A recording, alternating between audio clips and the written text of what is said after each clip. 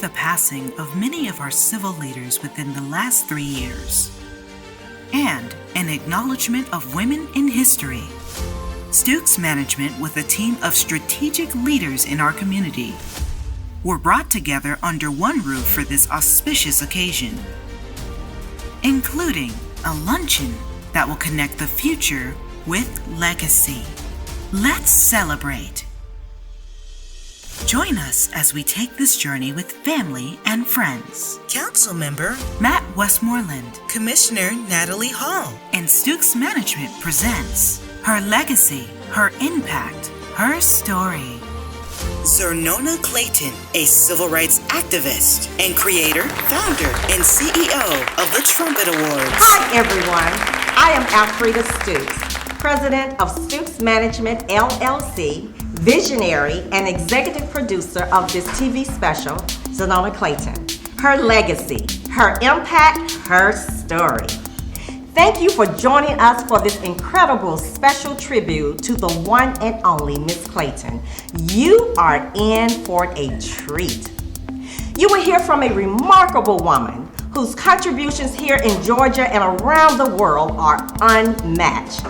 Joining in on what is going to be this up-close and personal conversation with Miss Clayton are Matt Westmoreland, City of Atlanta Council Member Post 2 at Large, and Natalie Hall, Fulton County Vice Chair and Commissioner District 4, and a host of special guests. So come on in, kick your feet up, relax, and enjoy. Councilmember Westmoreland and Commissioner Hall, I know you are looking forward to this TV special as well. Frida, I really have. Thank you for including me in this special tribute to a woman who is a symbol of courage, struggle, and inspiration. A woman who has been an inspiration and mentor to younger generations. I'm really looking forward to our conversation with Miss Clayton. Natalie, you're correct. I was ready when asked to be a part of this special. By the way, Frida told me her mentees came up with the name, Xernona Clayton. Her legacy, her impact, her story. This is so befitting of our queen. Everyone that is tuned in will enjoy intimate conversations and will hear untold stories, not to mention Miss Clayton's spirit while she is educating and inspiring. She's also keeping us smiling and laughing. It is an honor to be here and to celebrate the life of an amazing woman who has been a powerful force here in Georgia and around the world. Everyone that is part of this special did not hesitate when Frida reached out. I know Miss Clayton is respected, admired, and loved across this country. Are you ready, viewers? Are you ready, Matt? I'm ready. Let's do this. In celebration of Women's History Month, the City of Atlanta, Fulton County Government, and Stukes Management presents Xernona Clayton, her legacy, her impact, her story.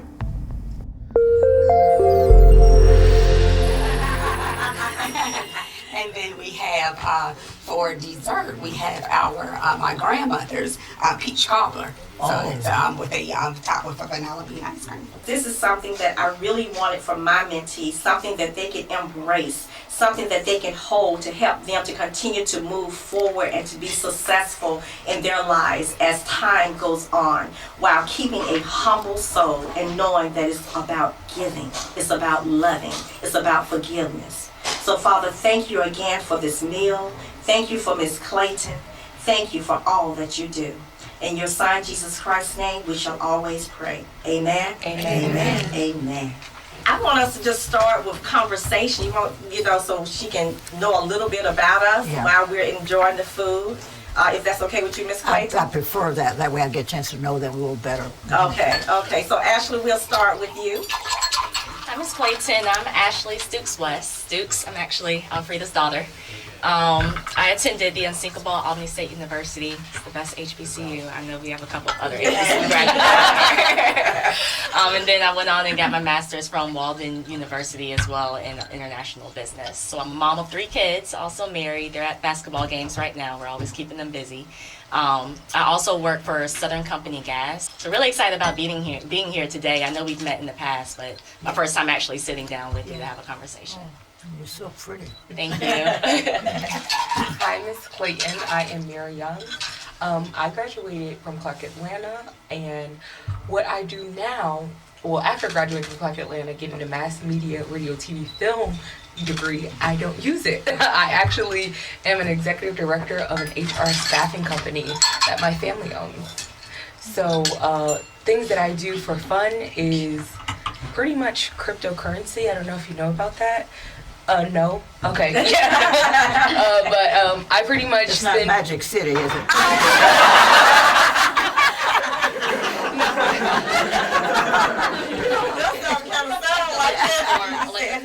Yeah. It's a decentralized financial form of money. So pretty much everything that I do is online. I trade, basically trading stocks. So that's what I do for fun. So my most of my time is spent online, and I have some great questions for you about like how the future has formed since you marched. So yeah. Okay. Hi, Miss Clayton. My name is Asia Riley.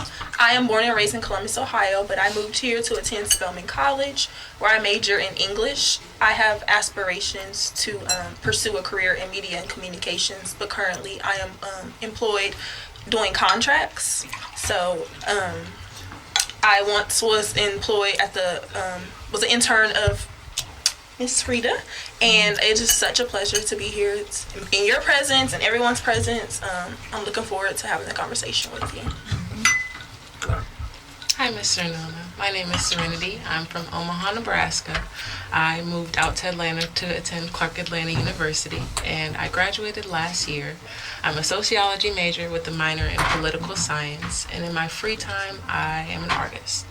So I'm very excited today. What kind of artist? I do a little bit of all, but I'm getting more into painting right now. So yes, paint and oil pastels is my preference. And I know you're an artist yourself in music.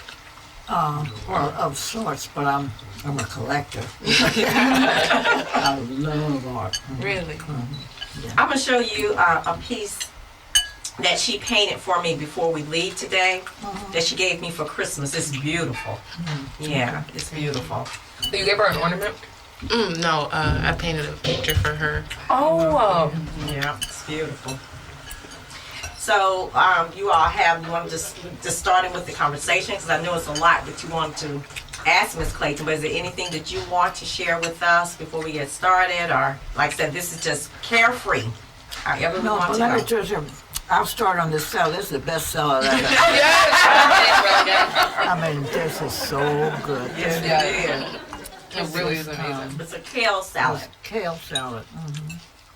Good. So I have to let Tia know. Well, I can tell you that while I'm trying to enjoy this, that I welcome this opportunity, Frida, because when I get a chance to talk to young people, because I'm worried about young people, the direction in which they're going, and the environment in which they have to live today. You know, like, will this shatter any aspirations they have, or will they kill the dream they might have? You know, so I'm really worried about them, at the same time admiring, you know, as they move forward. So I always love, because I love young people anyway. Yeah. So I'm glad for this opportunity to meet them. Yeah. And Ms. Clayton, that kind of brings me to the question that I wanted to ask. Working in the civil rights movement, do you feel like our generation kind of takes advantage of the privileges that you guys work so hard to give us? Well, actually, there are times when I feel like there's no appreciation for the role we play, because when you start itemizing that you're black, I'm black, all of us in the same pot. But had we not had the fight, you would not have been able to have this nice house and this nice neighborhood. Just wouldn't have been allowed to have it. So we worked hard to get the Fair Housing Act. And let me tell you, nothing is more painful, well, I guess there are a lot of painful moments in life, but when you have money in your pocket and you could afford a nice house like this, let's say, and you want it because you like it, and this is a house, that's what everybody does. Everybody lives where he can afford to live. If he likes a house, he wants the house to live in. Everybody does. Now, that has nothing to do with black or white, just everybody does. Now, white people can come and buy this house because they say, oh, gee, I like it, I'll take it. Well, you couldn't do that had we not been out there making it possible. And of course, the time makes a difference. I'm not talking about this moment, but fair housing was a big victory because whether you were renting or buying, you couldn't go where you wanted to go. And that was the painful part. That, people want to rest their heads in a place they call home. That's what is to their liking. You don't want to live anywhere. You want to live where you want to live. Then also we solved the problem of, well, you're too young to know about the horrible experience of not having to drink water. You're shopping and there's a water fountain there in public and you just got hot or just got thirsty and want to drink water. And the derelict, the drunk guy, raggedy guy can come there and have a drink. But you could look like Miss Ann and you still couldn't drink the water from the fountain. Something as simple as that. But we made the job market accessible by law. Changed the law where they said you can work wherever you want to. Well, it wasn't happening. And one of my personal fights was with Chicago. After college, I went to Chicago for grad school. And Marshall Field was and still is one of the nicest stores in the country. And as little girls, you say, oh, one of these days I'm going to have some money, I can go to Marshall Field. And once you get up and have money, you can go to Marshall Fields. And I remember the first time I went to Marshall Fields, I felt like I was in heaven because I loved Marshall Field. Marshall Fields had merchandise that nobody else seemed to have had. And the store was pretty. And it was on Michigan Avenue. And just everything about Marshall Fields fit what I thought that I could go there. Then as I got older, realized that when I moved to Chicago, I worked with the Urban League as a volunteer, found out that Marshall Fields didn't even give any contributions to, civic causes that were, black oriented. And nobody was hired at Marshall Field. I mean, janitors maybe, but there was no hiring. And that just made me sick, because now my wonderful dream has just been shattered, because I thought of them as the good guys and a nice place with me to spend my money when I get some. And so I said, well, let's do something about this. But we found out they weren't the only ones. They had, well, you're all probably too young, because I don't think Spiegel's in business now, but Spiegel and... I think they have an online magazine. Oh, okay. Now. Mm-hmm. Spiegel and Montgomery Ward, and of course Sears was everywhere. Yeah. But the other stores didn't either, so nobody was hiring black people. Oh, we got to change this. But So- do you think that, like you're talking about that particular store, since COVID-19, within the last 2.5 years, that brings up an interesting conversation. With all the protests and different things that was going on, it seems as though that there are a lot more of the corporations that are trying to support organizations, mainly black organizations. And sometimes it makes me wonder, to be honest with you, are they supporting now, or trying to be out there to publicize themselves because they truly believe in the cause? Or are they doing it because this is part of a PR, thing? Well, Frida's almost like, we really don't care what they think. Mm-hmm. So like when you deprived and denied equal access, you don't care whether it's good or bad. It's bad, period. Yeah. But if you invite me to your home, and I know you really don't want me, you're going to feel badly anyway. I don't care how good the food is. So good and bad often don't go together because you don't need to make the comparison. If this is good, like this is good, I don't care. No, I shouldn't say I don't care who fixes it. This is a good meal. And so there's no ifs, ands, and buts about it. But you see, when it comes to working, if you're going to hire people to work, why not hire me? What's wrong with me? That's where the problem comes. And if you want my money, you'll take my money. Like Marshall Field, I mean, nobody was turned away. I mean, they would open the door and let you in and welcome you and be courteous. They would have courteous people to wait on you. So they didn't mistreat us. It's just that we knew then that they weren't hiring folk. And that's where the problem was with stores like Marshall Field. They weren't the only ones, but they were the ones, that was the one I decided to attach. But let me tell you what happened. I said, well, listen, we don't need a marshal all the time. Let's try something else first. Let me first see. They got some kind of barrier they've set up. So I said, well, look at the one ads. How they're hiring. And I'm talking about the year 50, or early 50, late 40s, early 50s. If you could halfway type, halfway spell, you could get a job as a clerk typist. Those were good entry jobs, and they paid decent wages. So to be a clerk typist wasn't a bad place. It's just it was a low level. But at least you could get a job there and it had dignity with it. So they had a clerk typist job, and I was a good typist. I could spell. In case they put me, had to take a test, I could pass the test. But I walked in. First I called. The system was this, that you call up first and said, I see you have an ad in the paper. Is that available? Oh, yes. Then don't be more than 10 minutes away from the location. So I positioned myself so I can be there in 10 minutes. Okay.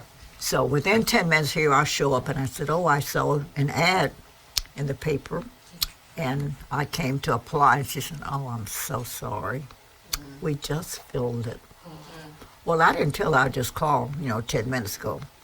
So I'm just documenting, so I didn't tell her my strategy. So I was going to check back again in the afternoon and the same day, the same story, same results. So after a while, you get chance to know they're not hiring you. Once they see you, you're toast. Well, we did this with Marshall Field, Spiegel, Montgomery Wards, all the downtown stores. And they finally caught on. They were smart too. They caught on what we were doing. And then we started putting out press releases about don't go to Marshall Fields if you're black. Because behind that smile is a no if you want a job. Well, they were too big to be, embarrassed like that. So the next step was easy. They hired one, and then that one didn't steal all the merchandise. They think they're going to be a thief, and you hired a second. After a while, you got a full-fledged employment program. And so that's how I broke down the wall of not prejudice, but segregation. With a lot of the stores in Chicago. Well, those kinds of victories inspire you. Yeah. Now I'll try something else. And that's just a long answer to your question. And you have to cut me off because I have long answers. I understand. But we did a lot of the hard stuff. People, I think, are still hanging in those trees in Alabama going down Highway 75. Because they lost their lives trying to make lives better for you all. So you don't have to go through what we went through. We still can't find 4 bodies. Never have found them yet. We don't know where they are. There may be more, but 4, I'm talking about 4 we know about. Trying to get our country to do what the law says. The law says we're entitled to this. We didn't ask for anything that we weren't entitled to. Our later years went to Africa. I built a school in Africa. Which country? And, I'm sorry? Which country? Ghana. And I visited the Door of No Return. You all heard? Oh, you went there, right? Yeah. Did you get as sick as I did? It. I felt their energy, their presence. And the guy who was my guide for the day, I said, well, that they took the men and threw them on the boats. Now they're separating the wives, so they couldn't use the women, so they just kept them in the cell. And the babies, they threw in the water. If that doesn't get to you, then nothing will, you know. And the story of those kinds of examples of treatment will do something to your system, because you're a human being also. So it means that underneath the skin, we're really all the same, you know. And so you have to go through that. And then after we look like we've had some victories, not look like we've had some victories, then what do you do behind us? See, we're not through fighting yet. I mean, we don't have all our rights even now. We've broken down some and we've had some victories, but we're not, the slate isn't clean yet. So we begin to feel like, you know, the young people now, they got an apartment of their choice, they got a job, because you couldn't have, had that been for us, we wouldn't even have the jobs that you had. So we paved the way. That was our suffering, the payoff of our suffering, that we got some victories, so that behind us, if you come and add to that, after a while we'll have the wonderful life we're entitled to, the same as everybody else. So there are times when you feel that way. You can't harbor that though. And you can't rest on any laurels. There's no such thing as resting on your laurels. I mean, we're still black in America. And look around, now today brought us joy last night, news about the woman being considered the Supreme Court. That's big time, big time. And so every now and then you get a shot in the arm and say, oh God, we're gonna have it, we're gonna have it. Yeah. But see, in the courts, we probably are gonna have it, you know. And so with some big major firms, and I take the Wall Street Journal every day too, because I like to match my newspapers, because in that I like that because they give you the job opportunities where black people are and the women are. And I'm feeling better each day that maybe we're about to get to the promised land, you know. But the other side of that is that we have to keep fighting for it. You know, you can't stop because we got one or two good jobs. You know, we won't be equal. You know, we won't be equal. That's what the struggle is. Where is the equality? Treat me the same as anybody else who comes along, who wants what I want. Equal. Equal treatment. Well, greetings, everybody, and hello to Mrs. Xernona Clayton. You know, people always ask me, what is it like to stand in the pulpit where Dr. King preached, to be the pastor of Dr. King's church? Well, we all like Dr. King, but let me tell you, one of my greatest privileges is being Xernona Clayton's pastor, and to enjoy the bountiful gifts of wisdom and laughter that has marked our wonderful friendship across the last several years. Xernona, Queen Mother, as I've come to call you, since meeting you, I have learned and I continue to learn a lot about your remarkable journey through life. Your impact on the city of Atlanta and our nation is so vast, spanning decades, and still you're young, and different occupations. All of that work has been anchored by the same central goal. You've worked hard to leave us all better off, to build what Dr. King called the beloved community. I often say that it was Dr. King's powerful witness and his sermons, preaching to the nation to bring us closer to its highest ideals, that propelled me to lead a life of service. Dr. King used to say that life's most urgent question is, what are you doing for others? And it is no doubt that your tenacity, your sense of the possible, is what in part helped ensure Dr. King could do all that he did. As a member of his staff, you encouraged him at important moments. Many of us have seen that amazing piece of tape during Dr. King's last birthday at Ebenezer Baptist Church. It was the grace and humor of Xernona Clayton that caused a man burdened by the struggle to smile and laugh on what would be his last birthday. And it is your decency and grace that has allowed you to continue to fight for justice even after Dr. King left us. And so from working to make our healthcare system more equal, to even converting an avowed KKK member into a fighter for justice, all in order to end the scourge of segregation that dominated Atlanta, you prayed with your feet time and time again. And we salute you this day, Xernona Clayton. Know that I work to emulate that model as a voice for Georgians in the United States Senate every single day. You are among those who inspire me.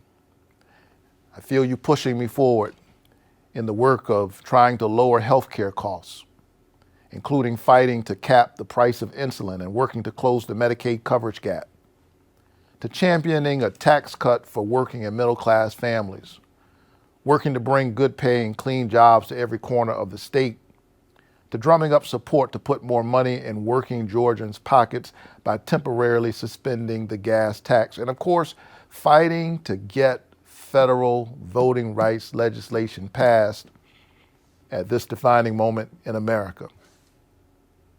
Every single day I do this work, knowing that there are those like you who pave the runway so smooth so that the rest of us can take off. I hope that I'm making you proud as I follow your lead and as I pray with my feet for the state of Georgia and for our country. Thank you so much, Xernona Clayton, for being you. I'd also like to give a big thank you to Alfreda Stukes for all she has done to bring this special moment to life. To Atlanta City Council member Matt Westmoreland for all you are doing to make Atlanta an even more incredible place to call home, and to Fulton County's District 4 Commissioner Natalie Hall for making a positive impact on the lives of so many in Fulton. Thank you all for your hard work and partnering to make this happen and giving our dear Xernona Clayton the recognition and the honor she justly deserves. Thank you so very much. I'll see you soon. Keep the faith and keep looking up. It was outstanding.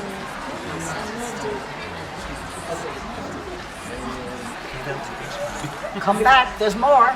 There better be more.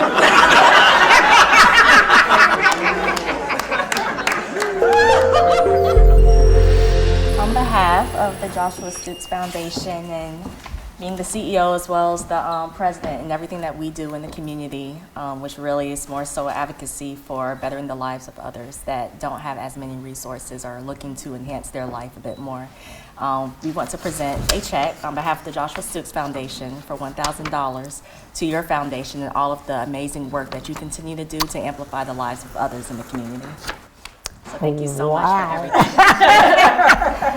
Oh my goodness. You know, I didn't think I'd ever be speechless, but I'm pretty close to it today, because I really thought I was coming. You said the magic word when you said your young people. I was going to be meeting with them, because I was just saying to them earlier that I'm going to be. I lose track of my age on purpose, that is, that this year, and this is 22, so I will be 92 on my next birthday, but that's the truth. But I really thought that when you said I'd be meeting with the young people, I always liked that, because young people capture my heart, because I've had those hard doors slammed in my face. I've had the problems that are multitudinous in number, but manageable in reality, that we got through it all. And so now I'm a product of all those experiences. And I think that I have something to say to young people, because they too may face some of the things I've had to face. And sharing with them would just be a joy, and that's why I say yes when I get this kind of invitation. And of course, I can't be everywhere, but when you call, I have to say yes. And I'm honored. I want you to know that. I really am honored, because over the years, honestly, I don't remember one time I called you and you have said no to me. So right. Thank you, Miss Clayton. And I certainly never would have thought about the financial contribution. But I'm not a person who has money. I take what I get. And whether, my world of work is one thing, but I can't operate just on my world of work because I don't make that much money. But I want to help all the time. That's how I ended up. But I operate on faith. Yeah. Everything I've really met as my challenge and my personal desire I've been able to do. And I talk about having built the school in Africa, a school where now 700 kids a semester, a year, can go to school and read and learn how, because prior to this, they didn't have any place to go. Also, I was just telling them earlier today that I didn't have the electricity, because this is a rough village where the needs are greatest in Africa, and there was no electricity, so there was no fresh water. And I said, oh, we can't have children not having good water. But they said, well, we don't have electricity. And I said, well, let's find some. And with a lot of effort, we found some. And now, 22,000 families now. Now, that's what I do with checks. Thank you for this, because when people are hungry, if I can help, I'll do it. When people are hurting and I can help, I will. And at this point, I don't need no more dresses. Well, I like them, so I still try to buy them. But I don't need that. But what I need constantly, though, constantly, I have to have that, feel that need to help somebody else, because one more dress won't do anything for me. I might like it, but I don't need it. Exactly. And now we made a promise to, that I went to visit a children's hospital in the Bahamas. And after they had that last hurricane or whatever they had there, they knocked out the hospitals in a lot of the little villages. So they brought all the children over to the main hospital on the mainland. Well, I had a speech to make that day, and there was this woman who had an infant, and the hospital was crowded because every room was filled, every corner was filled with children. It smelled awful in there because it was just nothing but babies. And so there was this woman who had come to the hospital to feed her baby, and she was breastfeeding, and she had to feed, and the cameras were following me because I was making appearances at the hospital. And she was nursing her baby in the hallway because there's no room. You could see the embarrassment, but she had to feed him. And I said, we'll solve this problem. So I pledged to finish the wing of the hospital that will provide more space for the kids. So things like this help me do that. I just make a promise. I don't have the money. I operate on faith. And it'll come. The money will come. Absolutely. Absolutely. And so I've got a hospital to finish in the Bahamas. I got some children to feed. I got some people here. And let me tell a story that happened. I work down on, my office is on in the middle of downtown, where men are sleeping on the street. Well, I have to have a newspaper. It's just something, I cannot start my day without the paper. So this one store was the only one that was open early in the morning. I go to work at 4 in the morning. And so I went to get my newspaper, and I got to have the paper, but all these men were lined up on the street, asleep and drunk, I guess. And I didn't know what to do, because now it's 4 o'clock, I'm by myself. Now what do? I want the paper. The store's open, I can't get to it. And I finally said, well, I'm going to act like I'm not afraid. And I'm just going to walk through these homeless people and pretend like I don't see them. And act like I'm not afraid. So I got out of the car, and the minute I got out of the car, here comes this man. Oh, scared me to death. And guess what he did? What? Now, the men were asleep. They didn't care nothing about me. I found out later they were asleep. And he said, and this was his language, all you don't get up. Don't none of you get up. Let this woman, she's our queen here, let her walk through here, you better not touch her. So I act like I wasn't afraid. So I don't run away from people who are in need. This is the only place they had to sleep. Yeah. It's not my lot to criticize or to run away. I wish I could get them up and find a job for them. You can't hire them all. And I have had to learn the painful lesson that you can't solve all the problems. Hi, I'm Monica Kaufman-Pearson, and I'm honored that I was asked to be a part of this most deserving TV special in celebration of Women's History Month, spotlighting an American living legend, Xernona Clayton, her legacy, her impact, her story.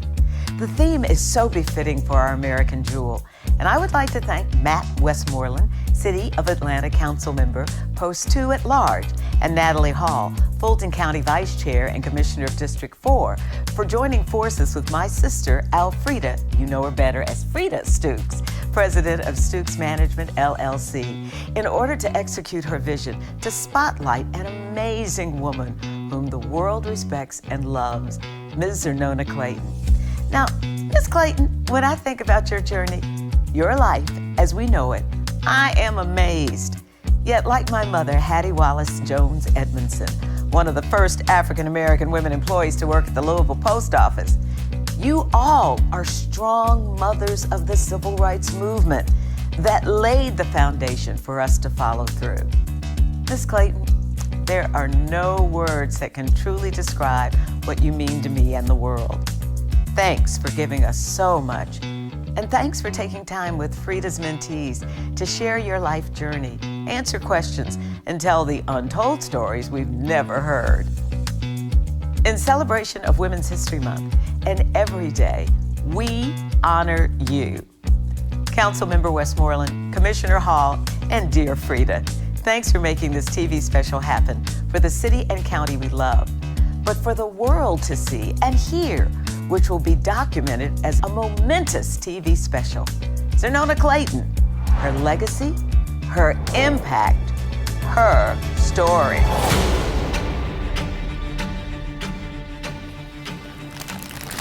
Oh my gosh, red roses? I'm a flower lover, and roses especially. Oh my goodness, and they're fragrant too. Yes. Oh, how beautiful. Thank you so much. I think you won the roses on the council, and in our city, just not just on your council.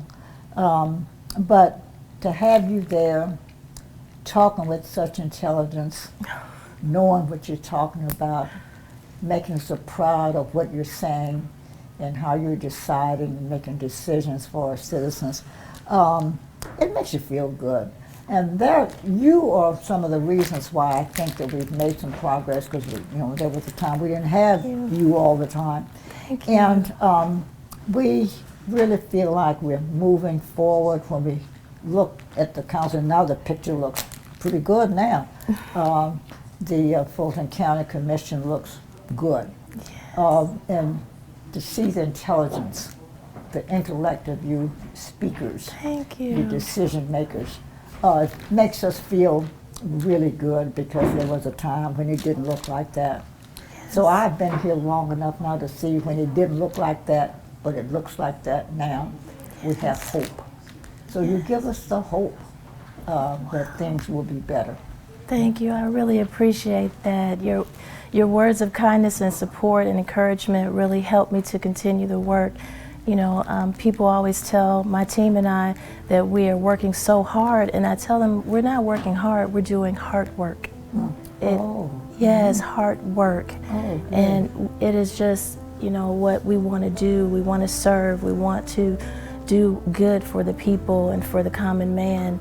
And so to have you say that really means a lot to me. Well, that's a good say. I like that, hard work. That's good. Thank you. Thank you. And so, Ms. Clayton, if you could just tell me, how do you feel that a female like myself can do better at serving? What do you think that even young women coming behind me, what can I do to have young women want to do more of the elected position like where I am? Well, if you look around, you've already done it. You've also, you have others now representing us on the council of the commission. But we see you every day. And so you're doing it every day. You're looking sensible. You're making sense. You look pretty. And you talk intelligently. And you make it plain, you make it clear, and you seem like you say, even when we don't know all the details of the case, it sounds like you're making sound decisions on the matters. And that's all we can count on, is to make it look like you're doing the job in the way it's supposed to be done. And so even if we can't do it, it looks like you're doing okay. So you're doing it now. You're setting an example every day. Thank you. And what do you want your legacy to be? Because you have a long history and legacy that is phenomenal. I can't even imagine what you're going to do next. Do you have plans for the future? Yes. I hope tomorrow to wake up. And I hope to continue the same journey. I have the same ideas and ideals every day. I do. When I wake up and realize I am up. And I am she who is up. I already count that as a good day. And I said, now I've got another opportunity, good Lord. I'm talking to the Lord. Yes. I've got another day to do something decent for somebody else. Because that's where my spirit comes, is doing for others. I feel so good when I help others. So I just want to keep on doing good. Yes. And just like, I get a contribution to help somebody, I'll use it. I don't need another dress. Look, surprise! Oh my goodness. Oh, this feels good, whoever it is. Don't stop. Please don't stop.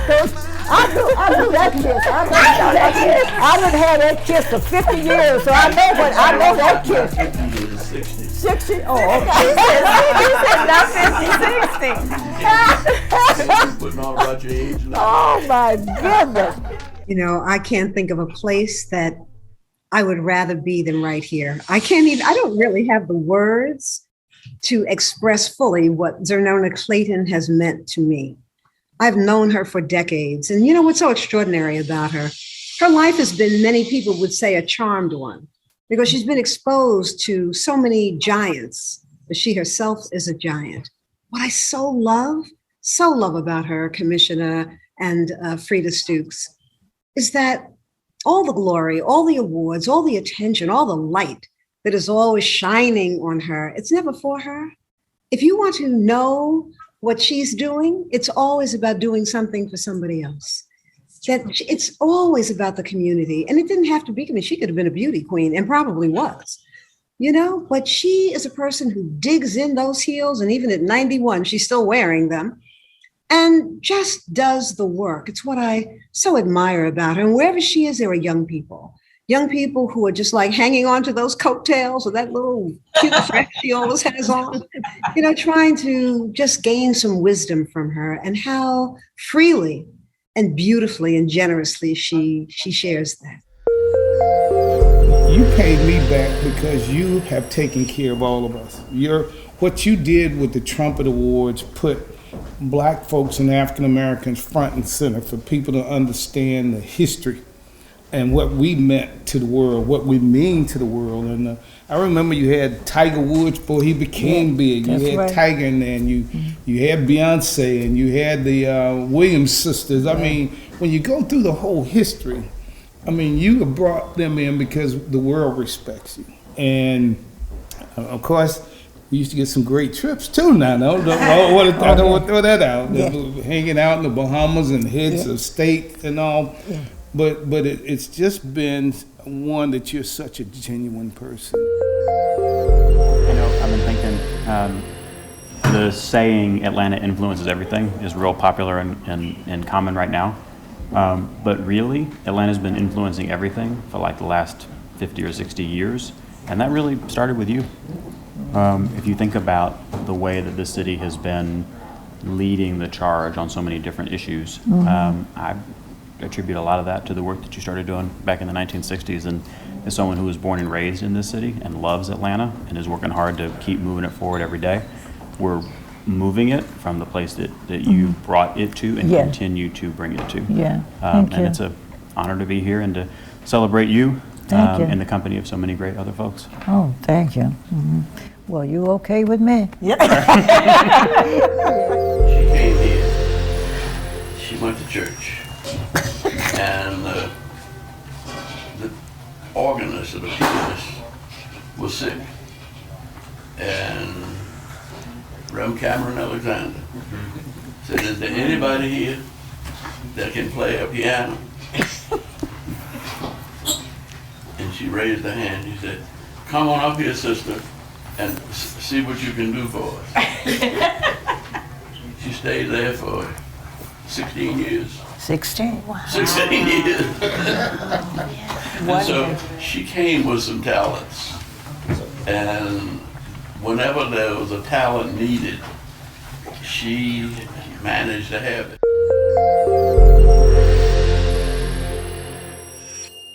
Fulton County Government Vice Chair and Commissioner District 4 has a special presentation for you.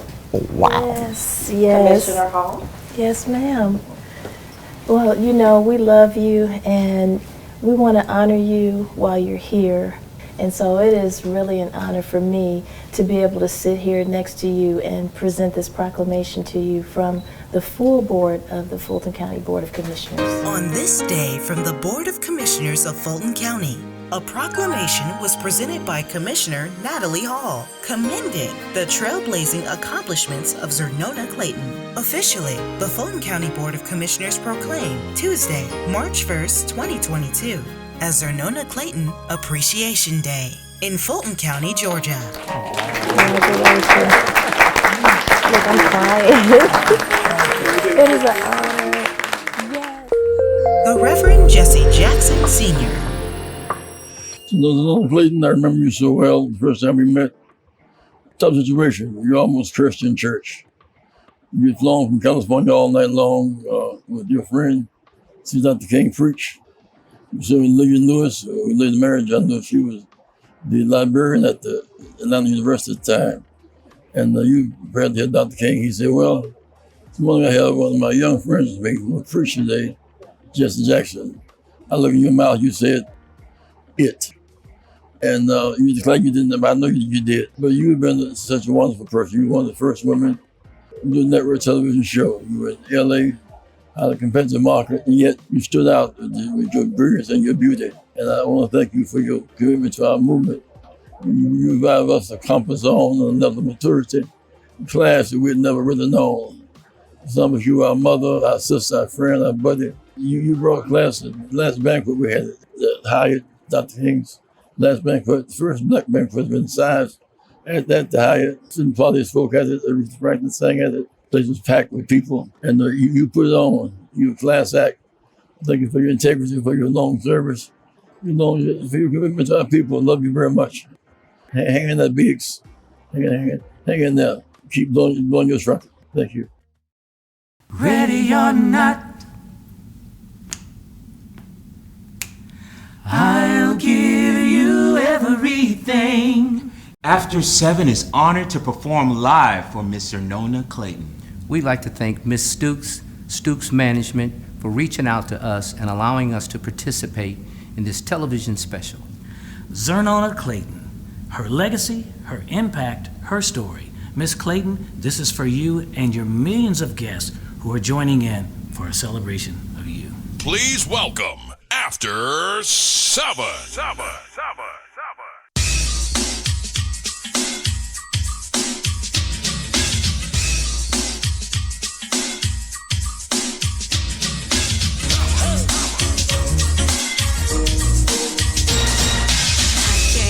Believe it, although I did it, I have never been that kind of man. Oh no, so I must admit it, baby girl, I wasn't with it, but you were the best I've ever had.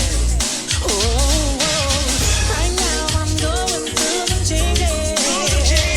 See, I always thought I was a faithful kind of man, but here you are.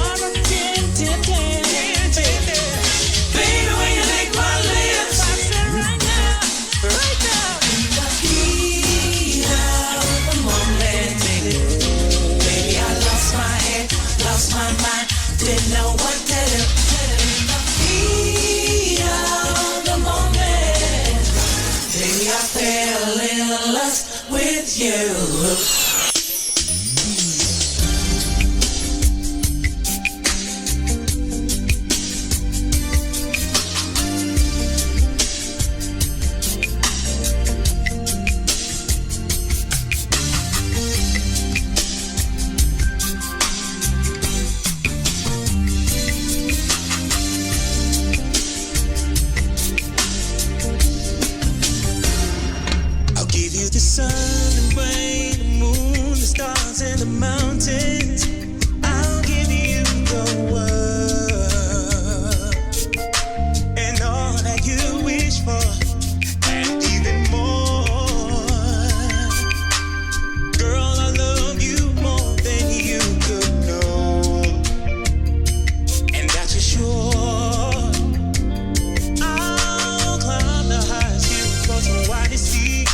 Nothing will discourage me.